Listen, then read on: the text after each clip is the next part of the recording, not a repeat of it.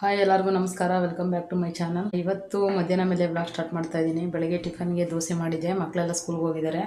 ಮಗ ಸ್ಕೂಲ್ಗೆ ಹೋಗಿದ್ದಾನೆ, ಮಕ್ಕಳು ಕಾಲೇಜ್ಗೆ ಹೋಗಿದ್ದಾರೆ. ಅವ್ರಿಗೆ ದೋಸೆ ಮಾಡಿಕೊಟ್ಟಿದ್ದೆ ನಾನು ಟಿಫನ್ಗೆ ಅಂದ್ಬಿಟ್ಟು. ಸಾಂಬಾರು, ಹುಳಿ ಸಾಂಬಾರು ಇತ್ತು, ಅದಕ್ಕೇನೆ ದೋಸೆ ಮಾಡಿದ್ದೆ. ಸ್ವಲ್ಪ ಹೊತ್ತು ರೆಸ್ಟ್ ಮಾಡಿ ನಾನು ಈಗ ಅಡುಗೆ ಮನೆ ಕ್ಲೀನ್ ಮಾಡ್ತಾ ಇದ್ದೀನಿ. ಅಡುಗೆ ಮನೆ ತೋರಿಸಲ್ಲ ನಾನು, ಎಲ್ಲ ಗಜ್ಜಿ ಬಿಜಿ ಆಗ್ಬಿಟ್ಟಿದೆ. ಅದಕ್ಕೋಸ್ಕರ ತೋರಿಸಲ್ಲ, ಎಲ್ಲ ಕ್ಲೀನ್ ಮಾಡಿಬಿಟ್ಟೆ ತೋರಿಸ್ತೀನಿ. ಇವಾಗ ಫಸ್ಟು ಪಾತ್ರೆ ತೊಳೆದು ಅಡುಗೆ ಮನೆ ಕ್ಲೀನ್ ಮಾಡೋಣ. ಮುದ್ದೆನೂ ಮಾಡಿದ್ದೆ ನಮ್ಮ ಮನೆಯವ್ರಿಗೆ. ಸಾಂಬಾರು ಇತ್ತು, ಹುಳಿ ಸಾಂಬಾರು, ತರಕಾರಿ ಸಾಂಬಾರು. ಅವ್ರಿಗೆ ಮುದ್ದೆ ಮಾಡಿಕೊಟ್ಟಿದ್ದೆ ನಾನು. ಅವ್ರು ತಿನ್ಕೊಂಡು ಡ್ಯೂಟಿಗೆ ಹೋದರು. ನಾನು ಇವಾಗ ಕೆಲಸ ಬೆಳಗ್ಗೆನೇ ಸ್ಟಾರ್ಟ್ ಮಾಡ್ಕೊಬೇಕಿತ್ತು, ಏನೂ ಇರಲಿಲ್ಲ.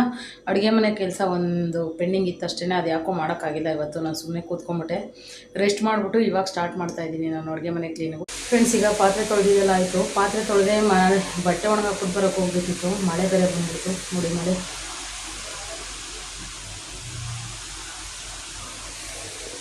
ಮಳೆ ಬಂತು. ಇವಾಗ ಮೇಲ್ಗಡೆ ಹೋಗಿ ಬಟ್ಟೆ ಒಣಗಾಕ್ಬಿಟ್ಟು ಬರಬೇಕು.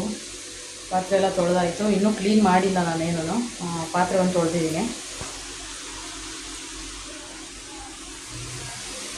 ಈಗ ಮೇಲೋಗಿ ಫಸ್ಟು ಬಟ್ಟೆ ಒಣಗಾಕ್ಬಿಟ್ಟು ಬರೋಣ. ಒಳಗಡೆ ಒಂದು ಹಗ್ಗ ಕಟ್ಟಿದ್ದೀವಿ, ಆ ಹಗ್ಗದ ಮೇಲೆ ಒಣಗಾಕಬೇಕು. ಹೊರಗಡೆ ಹಾಕಿದ್ರೆ ಎಲ್ಲ ನೆಂದೋಗುತ್ತೆ ಬಟ್ಟೆ. ಈಗ ಒಳಗಡೆನೇ ಹಾಕ್ಬಿಟ್ಟು ಬರ್ತೀನಿ ಹೋಗಿ. ಮಿಷನ್ಗೆ ಹಾಕಿರೋದು ನಮ್ಮ ಮನೆಯವ್ರು ಹಾಕ್ಬಿಟ್ಟು ಹೋಗಿದ್ದಾರೆ.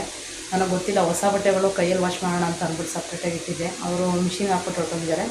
ಈಗ ಹೋಗಿ ಅದನ್ನು ಒಣಗಾಕ್ಬಿಟ್ಟು ಬರ್ತೀನಿ. ನೋಡಿ, ಎಷ್ಟೊಂದು ಜೋರಾಗಿ ಮಳೆ ಬರ್ತಾಯಿದೆ, ಸಿಕ್ಕಾಪಟ್ಟೆ ಜೋರಾಗಿ ಮಳೆ ಬರ್ತಾಯಿದೆ ಇವತ್ತು ಮಧ್ಯಾಹ್ನಕ್ಕೇನೆ. ಭಯಂಕರ ಬರ್ತಾಯಿದೆ ಮಳೆ ಇವತ್ತು. ಗಾಡಿನೂ ಎದ್ದೇಳ್ತೈತೆ. ಈಗ ಸ್ವಲ್ಪ ಕಡಿಮೆ ಆದಮೇಲೆ ಹೋಗಬೇಕು, ಇಲ್ಲಾಂದರೆ ತಲೆ ಎಲ್ಲ ನೆಂದೋಗುತ್ತೆ. ನೆನ್ಕೊಂಡು ಹೋಗ್ಬೇಕಾಗುತ್ತೆ ಮೇಲ್ಗಡೆ ರೂಮ್ಗೆ. ಅದಕ್ಕೆ ಸ್ವಲ್ಪ ಮಳೆ ಕಡಿಮೆ ಆಗಲಿ, ಆಮೇಲೆ ಹೋಗ್ತೀನಿ. ಅಷ್ಟರಲ್ಲಿ ಪಾತ್ರೆಗಳೆಲ್ಲ ಜೋಡಿಸ್ಬಿಡ್ತೀನಿ. ನೋಡಿ, ಇಷ್ಟೊಂದು ಪಾತ್ರೆಗಳು ತೊಳೆದಿದ್ದೀನಿ.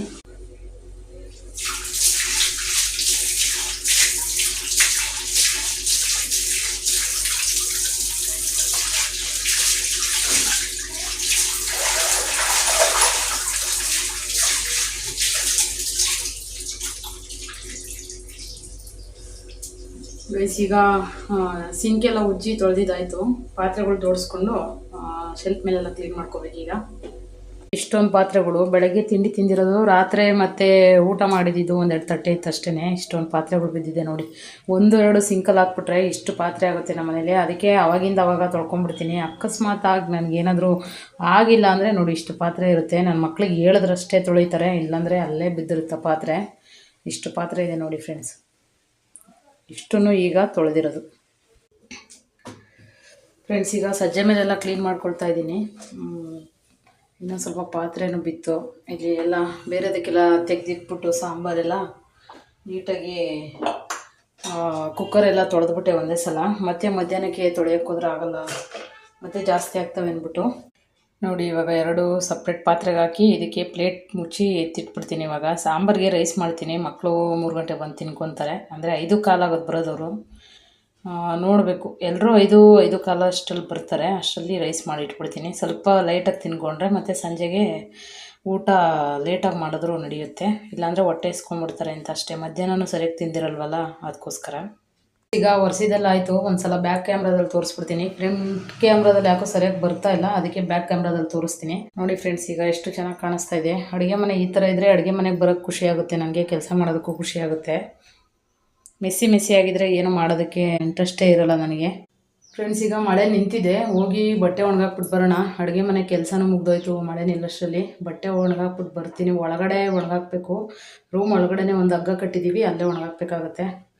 ಈಗ ಹೋಗೋಣ ಬನ್ನಿ ಬಟ್ಟೆ ಒಣಗಾಕ್ಬಿಟ್ಟು ಬರೋಕ್ಕೆ.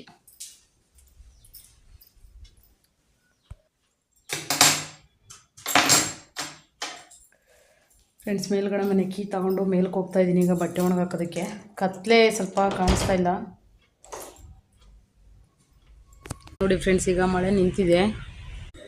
ಫ್ರೆಂಡ್ಸ್, ಈಗ ಮೇಲೆ ಹೋಗ್ತಾಯಿದ್ದೀನಿ ಬಟ್ಟೆ ಒಣಗಾಕ್ಬಿಟ್ಟು ಬರೋಣ ಅಂತ.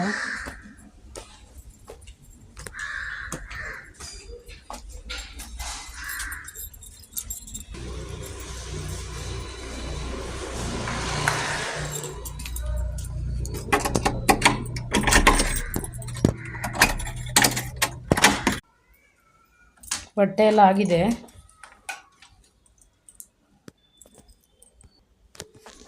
ನೋಡಿ, ಒಣಗಾಕ್ಬೇಕಿದ್ದನ್ನು ಇವಾಗ. ನಮ್ಮನೆಯವ್ರು ಹೊಸ ಬಟ್ಟೆಗಳೆಲ್ಲ ಹಾಕ್ಬಿಟ್ಟಿದ್ದಾರೆ ಮಿಷಿನ್ಗೆ. ಗೈಸ್ ಈಗ ಬಟ್ಟೆ ಒಣಗಾಕೋಣ.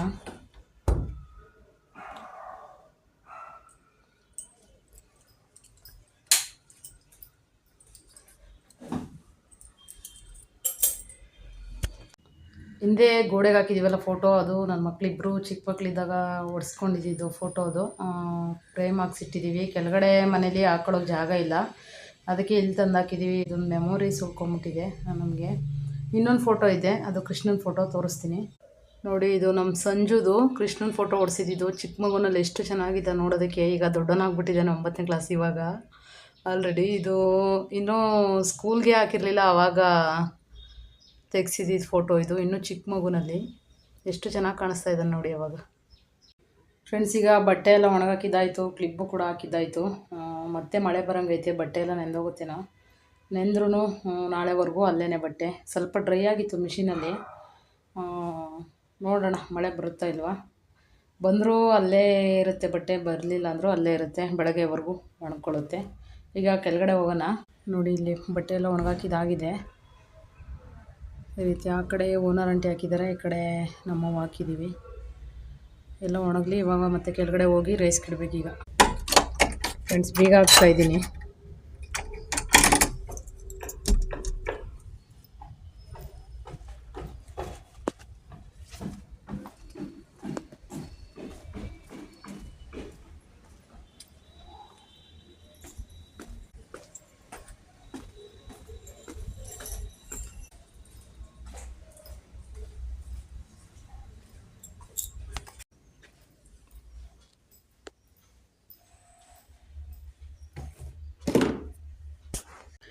ಫ್ರೆಂಡ್ಸ್ ನೆನ್ನೆ ಒಂದು ವಿಡಿಯೋ ಅಪ್ಲೋಡ್ ಮಾಡಿದ್ದೀನಿ. ಅದು ಒಂದೊಂದು ಮಾತಲ್ಲೂ ಒಂದೊಂದು ಅರ್ಥ ಇದೆ ಅಂತ ಅಂದ್ಕೊಳ್ಳಿ. ಯಾಕಂದರೆ ಅಷ್ಟು ಚೆನ್ನಾಗಿ ಮಕ್ಕಳ ಬಗ್ಗೆ ಮಾತಾಡಿದ್ದಾರೆ ಅವರು. ಮಕ್ಕಳಿಗೆಲ್ಲ ಎಜುಕೇಷನ್ಗೆಲ್ಲ ಹೆಲ್ಪ್ ಮಾಡ್ತಿದ್ದಾರೆ. ಎಷ್ಟೋ ಬಡ ಮಕ್ಕಳಿಗೆಲ್ಲ ಸಹಾಯ ಮಾಡ್ತಾಯಿದ್ದಾರೆ. ಮತ್ತು ಎಲ್ರಿಗೂ ಅಷ್ಟೇ, ಬೋವಿ ಜನಾಂಗ ಅಂತಲೇ ಅಲ್ಲ, ನಮ್ಮ ಬೋವಿ ಜನಾಂಗ ಅಥವಾ ಬೋವಿ ಜನೋತ್ಸವ ಅಂತಲೇ ಇಟ್ಕೊಂಡಿದ್ರು. ಯಾಕಂದರೆ ಅವರು ಬೋವಿಸೆ ಅಂತಲ್ಲ, ಗೌಡಾಸು, ಬೇರೆ ಬೇರೆ ಕ್ಯಾಸ್ಟು, ಯಾವ್ಯಾವ ಕ್ಯಾಸ್ಟ್ ಇದೆ, ಒಕ್ಕಲಿಗರು, ಎಲ್ಲ ಕ್ಯಾಸ್ಟ್ಗೂ ಸಪೋರ್ಟ್ ಮಾಡ್ತಾಯಿದ್ದಾರೆ ಅವರು. ನಾನು ಅಂದ್ಕೊಂಡೇ ಇರಲಿಲ್ಲ. ಅದರಲ್ಲೂ ನನಗೆ ಜರ್ನಿ ಆಗಲ್ಲ, ವಾಮಿಟಿಂಗು ಜಾಸ್ತಿ ಇರುತ್ತೆ ನನಗೆ, ಆಮೇಲೆ ಟಯರ್ಡ್ನೆಸ್ ಇರುತ್ತೆ ಜಾಸ್ತಿ. ಅದಕ್ಕೋಸ್ಕರ ನಾನು ಜರ್ನಿನೇ ಮಾಡಿದವಳಲ್ಲ. ಮಾಡಿದ್ದೀನಿ. ತಿರುಪತಿ ಧರ್ಮಸ್ಥಳಕ್ಕೆ ಹೋದಾಗ್ಲೇ, ನೆನ್ನೆ ವಿಡಿಯೋದಲ್ಲಿ ಹೇಳಿದ್ದೀನಿ ನಾನು, ಹೋದಾಗ್ಲೇ ನಾನು ಕೈ ಮುಖಂಬಂದ್ಬಿಟ್ಟಿದ್ದೆ. ನನಗೆ ದಯವಿಟ್ಟು ನನಗೆ ಕ್ಷಮಿಸಪ್ಪ, ನನಗೆ ಆಗಲ್ಲ ಜರ್ನಿ ಅಂತ ಹೇಳಿ, ಮತ್ತೆ ನನ್ನನ್ನು ಕರೆಸ್ಕೊಂಬೇಡ ಅಂತೇಳಿ ಕೈ ಮುಕ್ಕೊಂಡು ಬಂದುಬಿಟ್ಟಿದ್ದೀನಿ. ದೂರ ಎಲ್ಲೆಲ್ಲಿ ಹೋಗ್ತೀನಲ್ಲ ಅದೆಲ್ಲ ದೂರ ಅಂತೂ ನಿಜವಾಗ್ಲೂ ನನ್ನ ಕೈಲಿ ಆಗೋದೇ ಇಲ್ಲ. ವಾಮಿಟಿಂಗ್ ಸಿಕ್ಕಾಪಟ್ಟೆ ಇರುತ್ತೆ. ಅದಕ್ಕೋಸ್ಕರ ನಾನೇ ಹೆದರ್ಬಿಟ್ಟಿದ್ದೆ. ನಿಜವಾಗ್ಲೂ ಇಲ್ಲಿಂದ ಚಿತ್ರದುರ್ಗಕ್ಕೆ ಹೋಗ್ತೀನ ನಾನು ಅನ್ನೋಷ್ಟು ಹೆದರಿದ್ದೆ. ಪರವಾಗಿಲ್ಲ, 3 ದಿನ ಇದ್ವಿ ನಾವು ಚಿತ್ರದುರ್ಗದಲ್ಲಿ. ಖುಷಿ ಆಯಿತು ನನಗೆ, ಸಿಕ್ಕಾಪಟ್ಟೆ ಖುಷಿ ಆಯಿತು. ಆರೋಗ್ಯ ಚೆನ್ನಾಗಿ ಕೊಟ್ಟಿತ್ತು ನನಗೆ ದೇವರು, ಅದೊಂದು ಖುಷಿ ಆಯಿತು. ಆಮೇಲೆ ಮಕ್ಕಳ ಬಗ್ಗೆ ಒಂದು ಸ್ವಲ್ಪ ಮಾತಾಡಿದ್ರಲ್ಲ ಅವರು, ಅದಕ್ಕೆ ಖುಷಿ ಆಯಿತು ಸಿಕ್ಕಾಪಟ್ಟೆ ನನಗೆ. ನಮ್ಮ ಮಕ್ಕಳು ಆ ಸ್ಟೇಜಲ್ಲಿ ಹತ್ತಿ ನಿಂತು ಸನ್ಮಾನ ಮಾಡಿಸ್ಕೊತಿದ್ದಾರೆ ಒಬ್ಬರು ದೊಡ್ಡವ್ರ ಕೈಲಿ ಅಂತಂದರೆ ಅದು ಖುಷಿ ವಿಚಾರನೇ. ಸಿಕ್ಕಾಪಟ್ಟೆ ಎಮೋಷ್ನಲ್ ಫೀಲ್ ಮಾಡಿಕೊಂಡೆ ನಾನು ಮಾತ್ರ. ಅದಕ್ಕೋಸ್ಕರ ಹೇಳ್ತಾ ಇದ್ದೀನಿ. SLC ಮತ್ತು ಸೆಕೆಂಡ್ PUC ಮಕ್ಕಳು ಯಾರ್ಯಾರಿದ್ದೀರಾ, ದಯವಿಟ್ಟು ಎಲ್ಲ ಚೆನ್ನಾಗಿ ಓದಿ. ನಮಗೆ ಆ ಥರ ಸ್ಟೇಜ್ಗಳು ಸಿಗೋದು ಅಪರೂಪ. ನಮ್ಮ ಮಕ್ಕಳಿಂದ ನಾವು ಆ ಥರ ಸ್ಟೇಜ್ಗಳನ್ನ ಹತ್ಬೋದು. ಮಕ್ಕಳಲ್ಲೇ ಖುಷಿ ಕಾಣ್ತಾ ಇದ್ದೀವಿ ನಾವು, ನಮ್ಮ ಖುಷಿನೆಲ್ಲ. ಯಾಕಂದರೆ ನಮಗಂತೂ ಹಣೆಯಲ್ಲಿ ಬರೆದಿಲ್ಲ. ನಾವಂತೂ ಆ ಥರದ ಸ್ಟೇಜ್ ಎಲ್ಲ ನೋಡಿಲ್ಲ. ಅದಕ್ಕೋಸ್ಕರ ನಮ್ಮ ಮಕ್ಕಳಾದರೂ ನೋಡಿದ್ರಲ್ವ, ಅವ್ರಿಗೋಸ್ಕರನಾದರೂ, ಅಂದರೆ ಅವರಿಂದನಾದರೂ ನಾವು ಆ ಸ್ಟೇಜು ಹತ್ತದ್ವಲ್ಲ 4-5 ಜನದ ಮುಂದೆ. ಅಂದರೆ 1000 ಜನ ಬಂದಿದ್ದರು ಬಿಡಿ, ಸಿಕ್ಕಾಪಟ್ಟೆ ರಿಸರ್ವೇ ಇತ್ತು ಪೊಲೀಸ್ ಎಲ್ಲ, ಅಷ್ಟು ಅರೇಂಜ್ಮೆಂಟ್ ಮಾಡ್ಕೊಂಡಿದ್ರು. ಚೆನ್ನಾಗಿತ್ತು ಮಾತ್ರ, ಸಿಕ್ಕಾಪಟ್ಟೆ ಎಂಜಾಯ್ ಮಾಡಿದ್ದೀನಿ ನಾನು. ಅಷ್ಟು ಚೆನ್ನಾಗಿತ್ತು. ಅದಕ್ಕೆ ಹೇಳೋದು ಮಕ್ಕಳಿಗೆಲ್ಲ ಈಗಲಿಂದ ಹುಮ್ಮಸ್ಸು ಬರಬೇಕು, ನಾವು ಓದಬೇಕು ಅಂತ ಹೇಳಿ ನಾನು ಅದಕ್ಕೆ ಈ ವಿಡಿಯೋಗಳೆಲ್ಲ ಅಪ್ಲೋಡ್ ಮಾಡ್ತಾ ಇರೋದು. ಅದರಲ್ಲೂ ನಾನು ಜರ್ನಿ ಮಾಡಿಕೊಂಡು ವೀಡಿಯೋ ಮಾಡಿದ್ದೀನಿ ಅಂದರೆ ನಿಜವಾಗ್ಲೂ ಗ್ರೇಟ್ ಅಂತ ಅಂದ್ಕೊತೀನಿ ನಾನು. ನನಗೆ ನಾನೇ ಗ್ರೇಟ್ ಅಂದ್ಕೊಳ್ಳೋದು ಅಷ್ಟು ಸರಿಯಲ್ಲ, ಆದ್ರೂ ನನಗೊಂಥರ ಖುಷಿ ಇದೆ. ಇಲ್ಲಿಂದ ಚಿತ್ರದುರ್ಗಕ್ಕೆ ಹೋಗಿ ಅಲ್ಲಿ ವಿಡಿಯೋಸ್ ಮಾಡಿಕೊಂಡು ನಿಜವಾಗ್ಲೂ ನಾನು ಅಲ್ಲೆಲ್ಲ ಎಂಜಾಯ್ ಮಾಡ್ಕೊಂಬಂದಿದ್ದೀನಿ ಅಂದರೆ ನನಗೆ ಖುಷಿ ಇದೆ.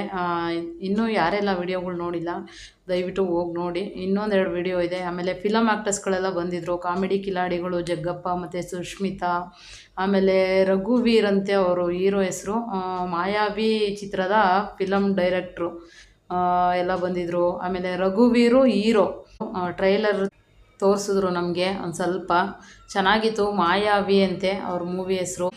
ಅದು ಲಾಂಚ್ ಆಗಿದೆಯಂತೆ. ಯೂಟ್ಯೂಬಲ್ಲಿ ಆನಂದ್ ಸ್ಟುಡಿಯೋ ಇದೆಯಲ್ಲ ಅದರಲ್ಲೂ ಅಪ್ಲೋಡ್ ಮಾಡಿದಾರಂತೆ, ಅದರಲ್ಲೂ ಹೋಗಿ ನೋಡಿ. ಮತ್ತು ನಾನು ಕೂಡ ಸ್ವಲ್ಪ ಟ್ರೈಲರ್ನ ಹಾಕಿದ್ರಲ್ವ ಅದನ್ನು ಕೂಡ ಅಪ್ಲೋಡ್ ಮಾಡಿದ್ದೀನಿ, ಹೋಗಿ ನೋಡಿ. ಅದು ನಾನು ವಾಲ್ಯೂಮ್ ಕೊಟ್ಟಿಲ್ಲ, ಮ್ಯೂಸಿಕ್ ಅಪ್ಲೋಡ್ ಮಾಡಿದ್ದೀನಿ, ಅದಕ್ಕೆ ಮ್ಯೂಟ್ ಮಾಡಿಬಿಟ್ಟು ವಾಲ್ಯೂಮು. ಹೋಗಿ ನೋಡಿ. ಆಮೇಲೆ ಆನಂದ್ ಸ್ಟುಡಿಯೋದಲ್ಲೂ ಯೂಟ್ಯೂಬಲ್ಲಿ ಇದೆಯಂತೆ, ಅದು ಕೂಡ ಹೋಗಿ ನೋಡಿ. ಲಾಂಚ್ ಮಾಡಿದಾರಂತ ಅದನ್ನು, ನನಗೂ ಗೊತ್ತಿಲ್ಲ. ಏನು ಫಿಲಮ್ಗಳಂದರೆ ನನಗೇನು ಅಷ್ಟೊಂದು ಇಷ್ಟ ಇಲ್ಲ. ಥಿಯೇಟ್ರಲ್ಲೇ ಹೋಗಿ ನೋಡಬೇಕು ಅನ್ನೋದೇನಿಲ್ಲ. ಈಗೇನು ಸುವರ್ಣದಲ್ಲಿ, ಉದಯದಲ್ಲಿ ಬೇಜಾನ್ ಚಾನಲ್ಗಳು ಬಿಟ್ಟವರಲ್ಲ, ಅದರಲ್ಲಿ ಒಂದು 15 ದಿನಕ್ಕೆ ತಿಂಗಳಿಗೆಲ್ಲ ಹಾಕ್ಬಿಡ್ತಾರೆ. ಹೊಸ ಫಿಲಮ್ಮು ಯಾವ್ಯಾವ ರಿಲೀಸ್ ಆಗುತ್ತೆ ಎಲ್ಲನೂ ಕೂಡ ಟಿ ವಿಲೇ ಕೊಟ್ಬಿಡ್ತಾ ಇದ್ದಾರೆ ಇವಾಗ. ಅಲ್ಲೇ ನೋಡ್ಕೊಂಬಿಡ್ತೀನಿ. ಥಿಯೇಟ್ರಿಗೆ ಹೋಗಿ ನೋಡಬೇಕು ಅನ್ನೋ ಅಂಥದ್ದೇನಿಲ್ಲ. ಆಮೇಲೆ ಅಲ್ಲಿಂದ ಮುಗಿಸ್ಕೊಂಡು ನಾವು ದಾವಣಗೆರೆಗೆ ಹೋದ್ವಿ. ಆ ಫಂಕ್ಷನ್ ಮುಗಿಸ್ಕೊಂಡು ಚಿತ್ರದುರ್ಗದಲ್ಲಿ ದಾವಣಗೆರೆಗೆ ಹೋದಾಗ ಅಲ್ಲೊಂದು ಫಂಕ್ಷನ್ ಮಾಡಿದ್ರು. ನನ್ನ ಮಗಳಿಗೆ ಕನ್ನಡ ಕೌಸ್ತುಭ ಅಂತ ಅಂದ್ಬಿಟ್ಟು ಕನ್ನಡದಲ್ಲಿ ಹೆಚ್ಚಿಗೆ ಅಂಕಗಳನ್ನು ಯಾರು ಪಡೆದಿರ್ತಾರೆ ಅವ್ರಿಗೆ ಸನ್ಮಾನ ಕಾರ್ಯಕ್ರಮ ಇಟ್ಕೊಂಡಿದ್ರು. ಅಲ್ಲೂ ಕೂಡ ನನ್ನ ಮಗಳದು 2 ಕಡೆ ಫಂಕ್ಷನ್ ಇತ್ತು, ಚಿತ್ರದುರ್ಗ ಮತ್ತು ದಾವಣಗೆರೆ. ನೈಟ್ ಅಲ್ಲೇ ಉಳ್ಕೊಂಡ್ವಿ. ಚಿತ್ರದುರ್ಗದಲ್ಲಿ ಮುಗಿಸ್ಕೊಂಡು ದಾವಣಗೆರೆಗೆ ಬಂದು ಅಲ್ಲಿ ರೂಮ್ ಮಾಡಿ ಸ್ಟೇ ಮಾಡಿದ್ವಿ. ಉಳ್ಕೊಂಡು ಮತ್ತೆ 9 ಗಂಟೆ ಅಷ್ಟರಲ್ಲಿ ದಾವಣಗೆರೆಗೆ ಹೋದ್ವಿ. ಅಲ್ಲಿ ಸ್ಟಾರ್ಟ್ ಆಗಿತ್ತು ಪ್ರೋಗ್ರಾಮ್ ಎಲ್ಲ. ಸ್ಟಾರ್ಟ್ ಮಾಡಿ ಮಕ್ಕಳಿಗೆಲ್ಲ ಎನ್ಕರೇಜ್ ಮಾಡಿ ಅವರು ಡಿ ವಿತರಣೆ ಎಲ್ಲ ಮಾಡಿ ಅಲ್ಲೂ ಸನ್ಮಾನ ಕಾರ್ಯಕ್ರಮ ಎಲ್ಲ ಇಟ್ಕೊಂಡಿದ್ರು. ಅಲ್ಲಿ ಒಬ್ಬೊಬ್ಬರನ್ನೇ ಕರೆದು ಸನ್ಮಾನ ಮಾಡಿದ್ರು. ಸ್ಟೇಜ್ ಮೇಲೆ ಕರೆಸಿ ಪೇರೆಂಟ್ಸ್ನ ಮತ್ತು ಮಕ್ಕಳನ್ನ ಎಲ್ಲ ಸಿಕ್ಕಾಪಟ್ಟೆ ಜನ ಬಂದಿದ್ದರು. ಅವರು ಥಿಯೇಟ್ರಲ್ಲಿ ಕಾರ್ಯಕ್ರಮನ ಇಟ್ಕೊಂಡಿದ್ದು, ಯಾಕಂದರೆ ಅಷ್ಟು ದೊಡ್ಡ ಜಾಗ ಸಿಕ್ಕಲ್ಲ ಅಂದ್ಬಿಟ್ಟು ಥಿಯೇಟ್ರಲ್ಲಿ ಇಟ್ಕೊಂಡಿದ್ರು. ಮೊನ್ನೆ ವಿಡಿಯೋಗಳೆಲ್ಲ ದಯವಿಟ್ಟು ನೋಡಿ ಸಪೋರ್ಟ್ ಮಾಡಿ ಅಂತ ಕೇಳ್ಕೊಳ್ತೀನಿ. ಯಾಕಂದರೆ ಸಿಕ್ಕಾಪಟ್ಟೆ ರಿಸ್ಕ್ ತಗೊಂಡು ವಿಡಿಯೋ ಮಾಡ್ಕೊಂಬಂದಿರೋದು. ನೋಡಿ ಎಲ್ಲರೂ ಸಪೋರ್ಟ್ ಮಾಡಿ ಅಂತ ಕೇಳ್ತಾ ಇವತ್ತಿನ ವಿಡಿಯೋನ ಇಲ್ಲಿಗೆ ಎಂಡ್ ಮಾಡ್ತಾಯಿದ್ದೀನಿ ಸ್ನೇಹಿತರೆ. ಇಷ್ಟ ಆದರೆ ಲೈಕ್, ಶೇರ್, ಕಮೆಂಟ್, ಸಬ್ಸ್ಕ್ರೈಬ್ ಮಾಡೋದನ್ನು ಮರಿಬೇಡಿ ಅಂತ ಹೇಳ್ತಾ ನಮಸ್ತೆ.